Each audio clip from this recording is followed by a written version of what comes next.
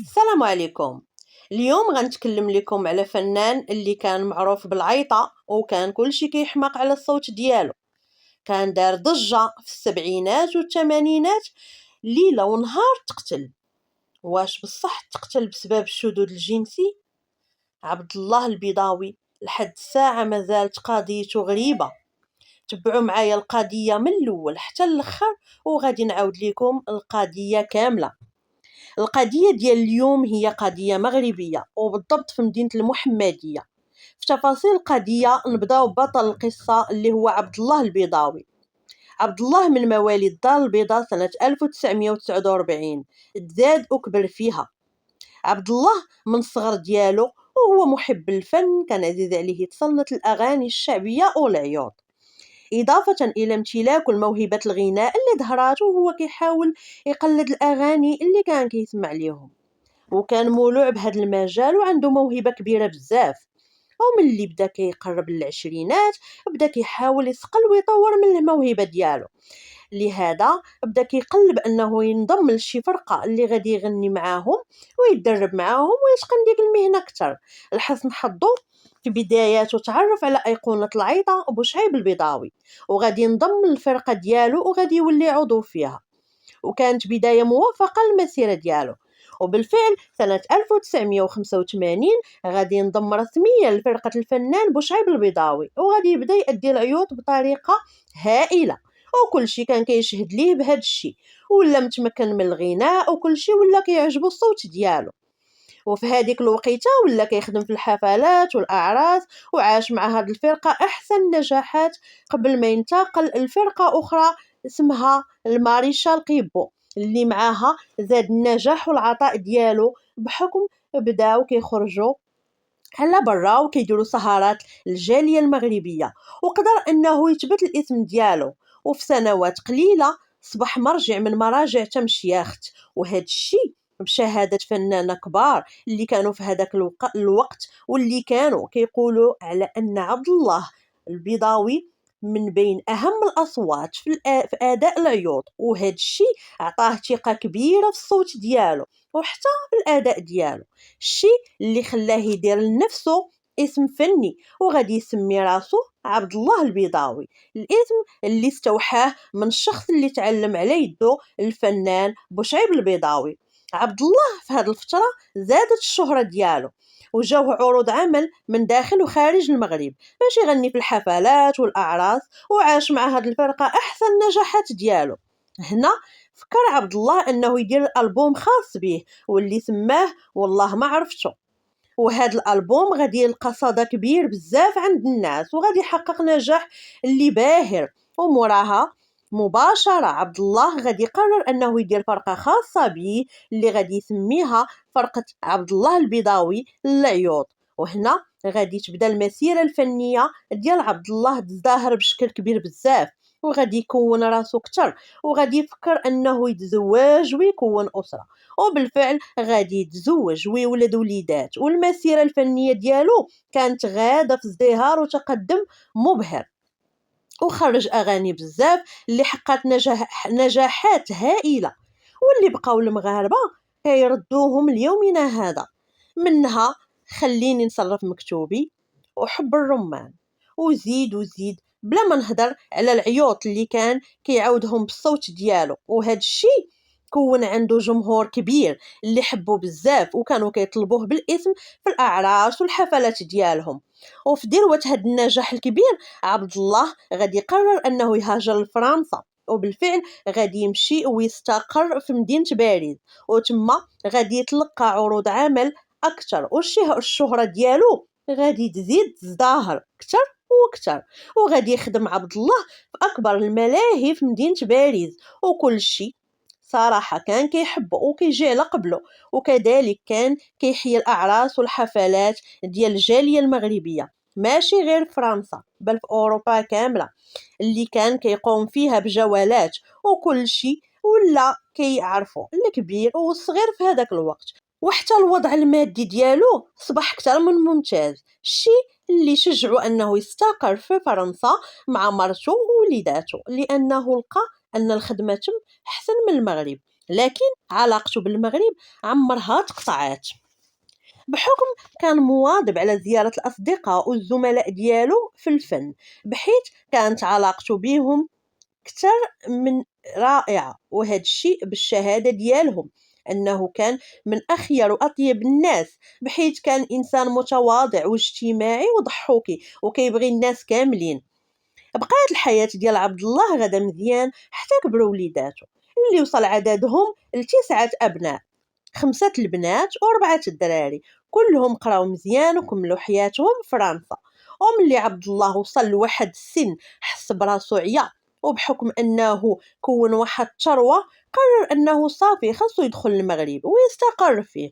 وفعلا داكشي اللي كان، عبد الله صفى اموره في فرنسا ودخل المغرب، شرا فيلا في المحمديه وشرا طوموبيل مزيانه. لكن بالرغم من هادشي كامل عبد الله كان مازال محب للفن، الشيء اللي خلاه انه يرجع ويخدم في السهرات والاعراس، يعني بقى متبع الفن ديالو وما سخاش به، وعمرو بعد على الفن. وهذا الشيء ماشي على قبل الماده، بالعكس كان كيربي فنانه من اجيال صاعده، وبزاف الفنانه الكبار دازوا على يديه. مشات الامور على هذا المنوال حتى لسنه 2013 وبالضبط 15 شتنبر. كان واحد النهار اللي عادي بالنسبه لعبد الله وحتى بالنسبه للزوجه ديالو، اللي كانت عندها زياره لبنتها في مدينه الدار البيضاء. هو كذلك كانت عنده خدمه بالليل. وفي العشيه ديال هذا النهار هذا بالضبط الزوجه ديالو غادي يوصلها اتصال منو كيسول عليها وعلى الابنه ديالو. سولاتو على البروغرام ديالو في ديك الليله، قال لها انه عنده واحد الشغل في واحد الملهى ليلي دولوكس في مدينه الدار البيضاء. قال لها من بعد غادي نطلع للفيلا في المحمديه باش نعس عادي، ما كاينش شي حاجه اللي ماشي طبيعيه. الزوجه كملت نهارها عادي ودوزات ديك الليله مع بنتها على اساس باش الغد ليه ترجع للفيلا ديالهم اللي في مدينه المحمديه. وبالفعل هادشي اللي وقع. لكن ملي الزوجه غادي تفتح باب الفيلا غادي تفاجأ بعبد الله جثه هامده قدامها. صدمات بزاف، بقات كتغوت وكتحاول تفيقو، خصوصا انه ما كانش كينزف، ما كانش باين عليه لا اثر ديال القرطاس او ضربه ولا حتى شي حاجه.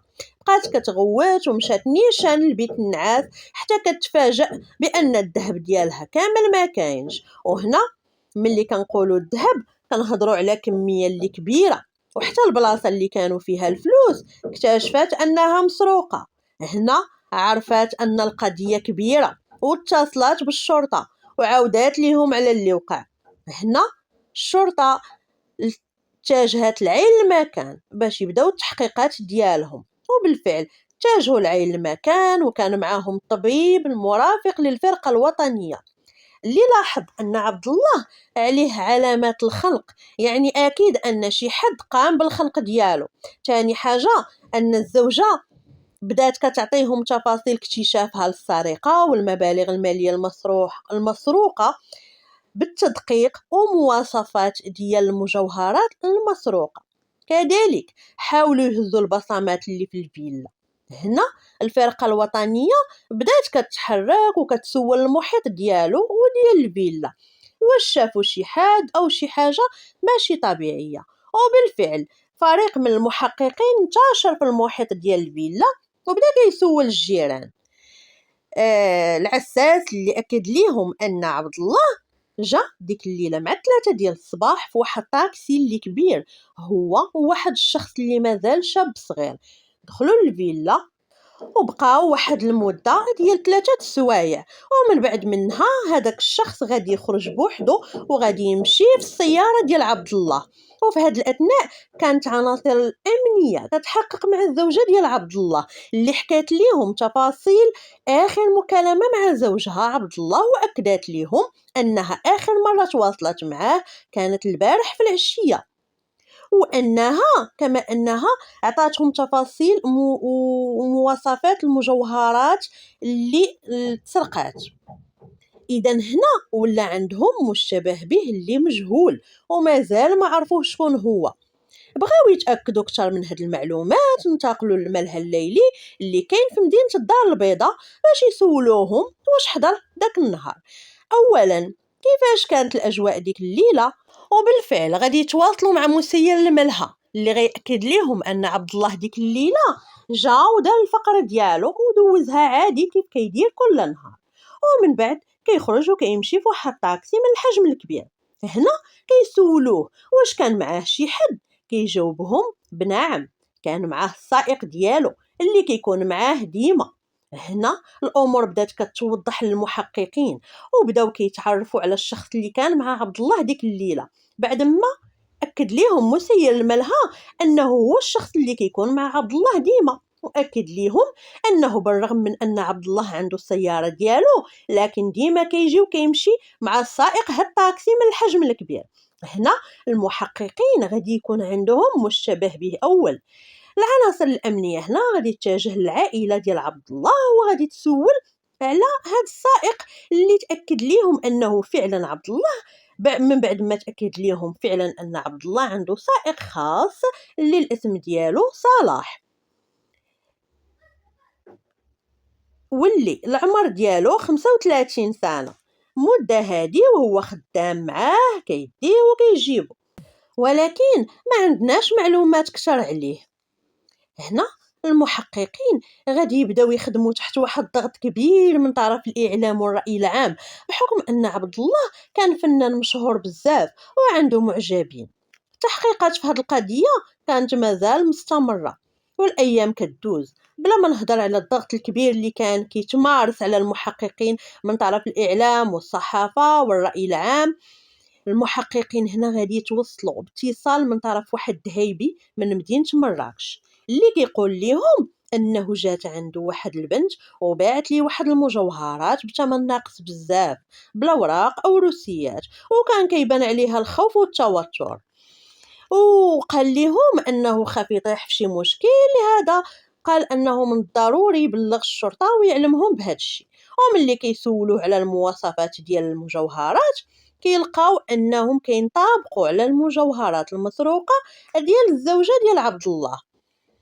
فداو الزوجه اللي اكدات ليهم انه جزء من المجوهرات مشات من الدار. وملي كيسولوا على المواصفات ديال هاد المجوهرات كيلقاو انهم كينطابقوا على المجوهرات المسروقه ديال الزوجه ديال عبد الله.